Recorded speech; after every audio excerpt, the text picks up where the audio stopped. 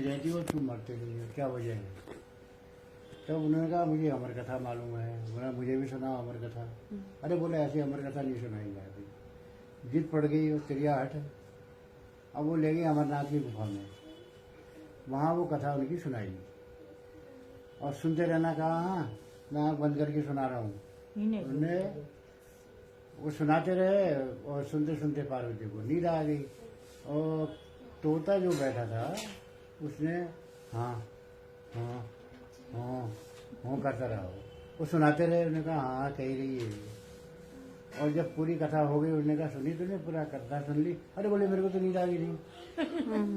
अरे बोले कौन था फिर ये क्या कहते हैं जो हाँ हाँ कर रहा था? हाँ, अच्छा हाँ कर रहा था, कौन था ये? मैंने देखा अपनी दिव्य दृष्टि से तो एक तोता। अब वो तोता जो है भगवान ने कहा शिव जी ने कहा उसको को भस्म करता हूँ। वो भागा, तोता भाग गया और शिव जी उसके पीछे। नारद जी मिल गए रास्ते में। नारद जी ने कहा प्रभु आज ये बिल्कुल झामाड़ तमाड़ समेट समूट के कहाँ दौड़ लगा रखी है। बोला इस साल ने अमर कथा सुन ली है, मैं इसको मारूंगा जान से। उन्होंने कहा अमर कथा सुन ली तब क्या मारोगे भाई? सही बात है। वही तो अमर कथा सुन ली तो उसको कहाँ मारोगे तुम? लेकिन वो डर के मारे भागा। तो व्यास जी की पत्नी जो है नदी के किनारे पे खड़ी थी। तो उसने जो है वो आलस कुछ ऐसा आया होगा, उसने मुंह खोला हाँ करके, वो मुंह में घुस गया। कौन घुस गया? वो तोता। अच्छा व्यास जी की पत्नी के मुंह में घुस गया वो। अच्छा। तो अब जो है फिर रबर बैंड हाथ से निकालो। अब उसको पूरा ब्रह्म ज्ञान तो था ही। अब वो पैदा ही नहीं हुआ। 12 साल हो गए पैदा ही नहीं हुआ वो। व्यास जी ने कितना कहा, उसने कहा ना मैं यहाँ आनंद में भजन कर रहा हूँ और क्या कहते हैं मैं नहीं निकलूंगा, मैं नहीं पैदा होऊंगा। कितनी विनती कर दी। उन्होंने कहा भी ठीक है अगर कहते हो तो कृष्ण भगवान को बुलाओ, वो वेरीफाई करें, उस चीज को सेटिस्फाई करें कि मुझे संसार में आके माया नहीं व्यापेगी। उन्होंने कहा ठीक है। तो कृष्ण भगवान को बुलाया। कृष्ण ने कहा कि तुम चल आ जा संसार में, तुझे माया नहीं व्यापेगी। तो फिर वो पैदा हुआ तो 12 साल का तो था ही, वो चल पड़ा।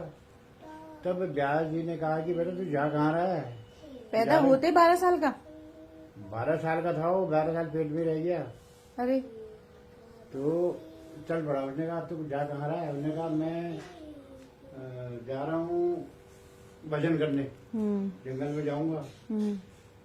तो उसने कहा कि अरे सुन, गृहस्थ में रहना चाहिए।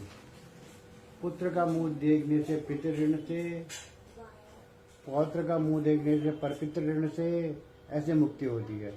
तो सुखदेव जी ने, उनका नाम सुखदेव पड़ा थे, तोता थे वो, सुखदेव नाम पड़ गया उनका। तो सुखदेव जी ने कहा अगर ऐसा होता तो गिद्ध की आयु इतनी लंबी होती है, पौत्र प्रपौत्र श्रपौत्र पता नहीं कितने पौत्र देखता है, वो तो अमर हो जाता। अरे उन्हें गंगा स्नान करना चाहिए और क्या कहते हैं पूजा पाठ करनी चाहिए, भगवान का भजन करना चाहिए। उनका भगवान का भजन करने तो मैं जा ही रहा हूँ, और बाकी गंगा स्नान करके अगर मुक्ति मिलती तो उसमें रहने वाले कछुए मगरमच्छ मछलियाँ जो है उन सबकी मुक्ति हो जाती। सही बात। तो ऐसी उन्होंने कई चीजें बताई। उन्होंने कहा पूजा पाठ करनी चाहिए। उन्होंने कहा पंडित होते हैं वो राधिक पूजा पाठ ही तो करते हैं, जो पूजा पाठ करवाते हैं, उनकी मुक्ति हो जानी चाहिए। तो मम्मी सुन क्यों नहीं रही है? बैठ। वो हो गया। ये बात सही है। अच्छा तो पुत्र का पौत्र का मुंह देखने से पितृ। अच्छा पुत्र का मुंह देखने से पितृ ऋण से, पौत्र का मुंह देखने से प्रपितृ ऋण से, उससे आगे देखने से उससे अगली पीढ़ी से इनके कर्जों से मुक्त होता है, ऐसा कहते हैं।